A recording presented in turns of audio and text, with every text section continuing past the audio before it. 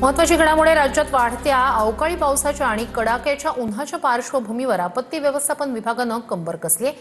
मे महिन्यातील पाऊस आणि एप्रिलमधील गारपिटीसारख्या संकटांचा मुकाबला करण्यासाठी आता मानक कार्यपद्धती म्हणजेच एसओपी तयार करण्यात आली आहे। आपत्ती व्यवस्थापन मंत्री गिरीश महाजन यांनी ही माहिती दिली आहे। या प्रणालीमुळे उष्णतेसारख्या नैसर्गिक आपत्तींचा सामना करणं अधिक सोपं होणार आहे। यावेळी प्रधान सचिव विनीता सिंगल आणि एनआरडीसीचे प्रतिनिधीही उपस्थित होते। दिल्लीला NIDM आहे, नॅशनल म्हणजे राष्ट्रीय आपत्ती व्यवस्थापन संस्था त्या ठिकाणी आहे। तसं आपण स्टेटवर सुद्धा देशामध्ये सर्वात मोठी ही संस्था ही आपण त्या ठिकाणी आता सुरू करतोय। नागपूरला जवळपास 174 कोटी रुपये मुख्यमंत्री महोदयाने देऊन गेल्या वर्षीच त्या कामाची सुरुवात केलेली आहे।